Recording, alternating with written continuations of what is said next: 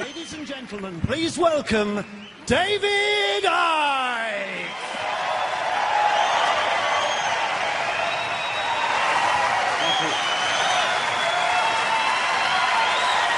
Thank you. Thank you. Thank you very much. Oh, thank you. Well, I'm coming on all emotional. Thanks very much. Yeah, it's been a heck of a journey, and my God, there's still a long way to go yet. I ain't finished yet, the old guy.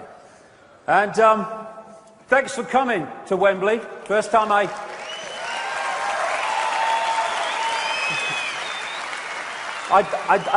forgotten until I came to look around the place when we were thinking of coming here, but I played football where you're sitting in 1967 as a 15-year-old when my club, Coventry City, had a brain fade and sent their youth team to a national five-a-side tournament full of international footballers.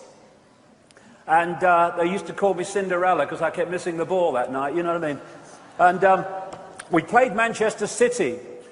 Younger people might not remember them. They were great stars at the time, Mike Summerby, Colin Bell, and many others. And they beat us 3-0. And I still can't remember seeing the bloody ball and where it went. So first time I came here, we got beat 3-0. I hope for a score draw today on a very much longer appearance than the few minutes in that game. Well, I say a lot longer. I'd like to thank you for coming to Wembley. I'd like to thank everybody around the world watching this. But really, I'm not going to keep you long because I've really only got one thing to say. There it is. All the world is mad. Thank you very much, ladies and gentlemen. Thanks for coming. Hope you've enjoyed it. Well, I'll put a bit of detail on it, but pretty much that's it.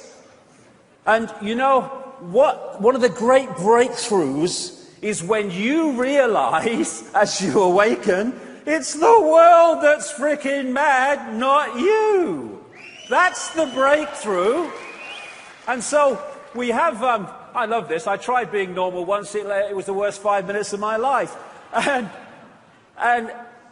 if you're considered sane and credible and normal to a world that is insane, then you've got a problem. So, welcome to the crazy ones today, to Wembley and from around the world. As Krishnamurti said, it is no measure of health to be well adjusted to a profoundly sick society. And this great guy, Frederick Douglass, a great campaigner in America against slavery. I prefer to be true to myself, even at the hazard of incurring ridicule, don't know what that's like, rather than to be false and incur my own abhorrence. When it is uncomfortable, when it is unpopular, even when it is dangerous to speak the truth, is precisely the time that truth should be spoken. And this is precisely the time. And it's very easy. It's a great saying, this, not mine. It takes nothing to join the crowd. It takes everything to stand alone. That's when the true self expresses itself. And standing alone also in a world of clinical insanity. When crazy is the new norm. And if you're not crazy to the system, then you are not playing the game of the system. And it takes some standing up with all the tidal wave of pressure to conform. And that's an image you're going to see quite a lot of. Because this world is mad because it's run by crazy people. Not only people as we would perceive human people, it is run by crazy other kinds of people in other kinds of dimensions. And what you have is these crazies, this force of crazy, which is operating behind the scenes When no one sees it, and anyone mentions it, you're mad. They don't exist. And putting up front, out in the world that we see, are more bloody crazies. We call these people politicians, for instance. Crazy people who think that pepper bombing cities of civilians is protecting them from violence. Did I miss something? There's Hillary, another one of them, another crazy, wants to kill everybody and maim and slaughter. And then, these are some crazies. These are the people that lend us money that doesn't exist and charge us interest on it. But who's crazier than them? We stand for it! Enough! Enough of standing for the crazies! We have doctors who are arbiters of life and death, health and ill health, who don't even know what the human body is, never mind how it works. Mind you, the drug companies will tell them that's enough. We have babies in their first 18 months of life with their immune system still developing, being hit by a tidal wave of poison and shite. And the world isn't crazy. We have teachers telling young people to believe what they were programmed to believe and what they must teach if they're going to keep their job in a state-imposed curriculum dictating what's right and wrong, historically true, and all the rest of it. So we turn out young kids, bright wonder of the world, this new world they're in, bright thinking, imaginative kids, and we put them through a sausage machine and turn them out the other end. And I tell you what, the very fact that so many young people are waking up and seeing the system, despite going through this, shows the power of consciousness over programming.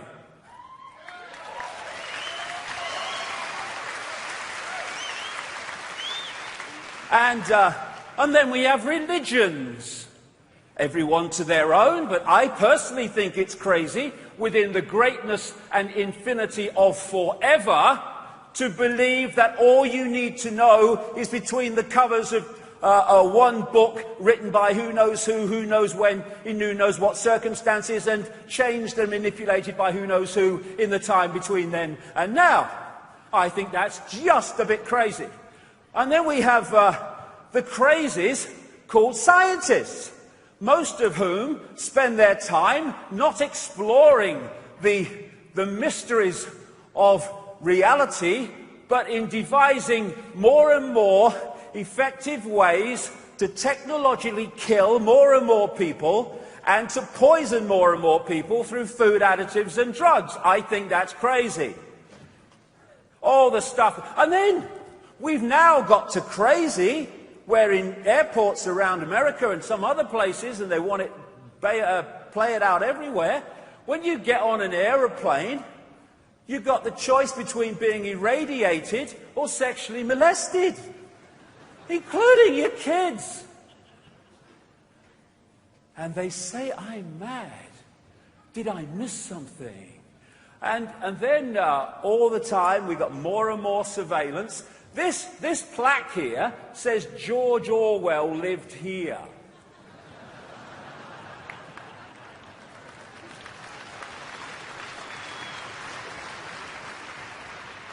And now, do you see that story the other week?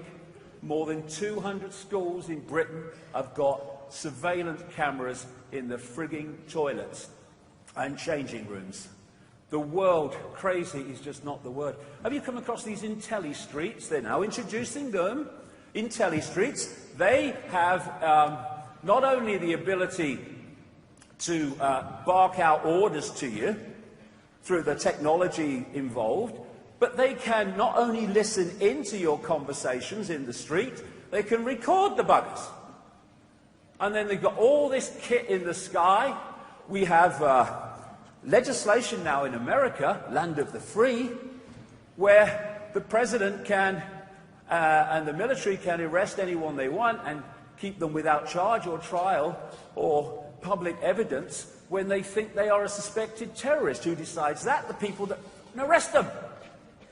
And then we have Mr. Nobel Peace Prize.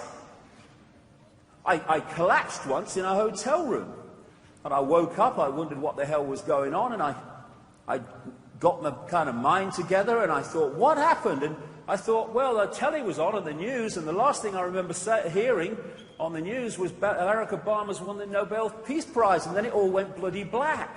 I mean, mind you, Nobel, what did he do? He made explosives or weapons, I guess, you know, topsy-turvy world. And now he can sign lists, does all the time, and then they go and kill people, including American citizens, without anything in terms of a judicial process. And this is the craziest thing, isn't it? The biggest terrorists on planet Earth live in the political centers of power, like Downing Street and Washington.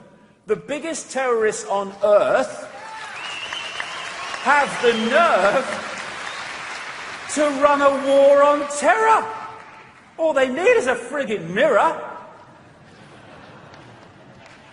This wonderful, wonderful picture. You talk to people through your life. How many people want war? How many people want to see people slaughtered?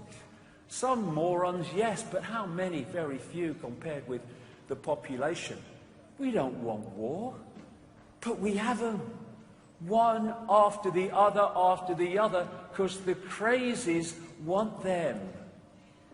We have given our power, human race, to the crazies who sit in front of computer screens in Air Force bases, in places like Nevada, and they press their buttons, and thousands of miles away, their drone aircraft send out missiles. Oh, I've got one, Bill. I'm on the next level now. And this is what's happening at the other end. Thousands of civilians being killed. This world is insane. We have, because of cold, calculated recruitment over a long period of time now, an increasingly brutal police force. We have people being arrested in America for feeding the homeless when people are hungry, starving, and living in tents and cars. What will I grow up to be, Mummy? That's a bloody question worth asking when we look at where we are compared with where they want to take us. The future is here. You know, I've been standing on stages, not as big as this one, but I've been standing on stages and writing books for all these bloody years saying this Orwellian fascist dictatorship is coming. Not because I'm a prophet, no, but because if you can access a projected agenda and where it wants to take the world, then if nothing intervenes to stop it, it's going to happen. That makes predicting the future a piece of cake. There's nothing to it, as long as you know where they want to take us. And the media, well, they ain't going to tell us any of this stuff, the mainstream media, because they're owned by the crazies. Here's a news bulletin for you. There you go. Here's the latest news. Good evening, this is the news. The headlines tonight. Bollocks, bollocks, bollocks, bollocks, bollocks, bollocks, shit. Now here's Bill with the weather. That's it. That's it. That's it. You clap, you're awake. Right.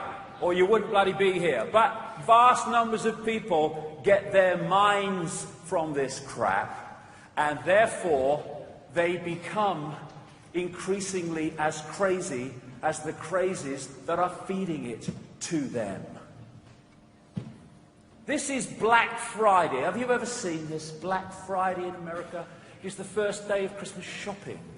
What they do to get it going is they put all these little lost leaders with things, you know, very, very cheap, and they open the stores about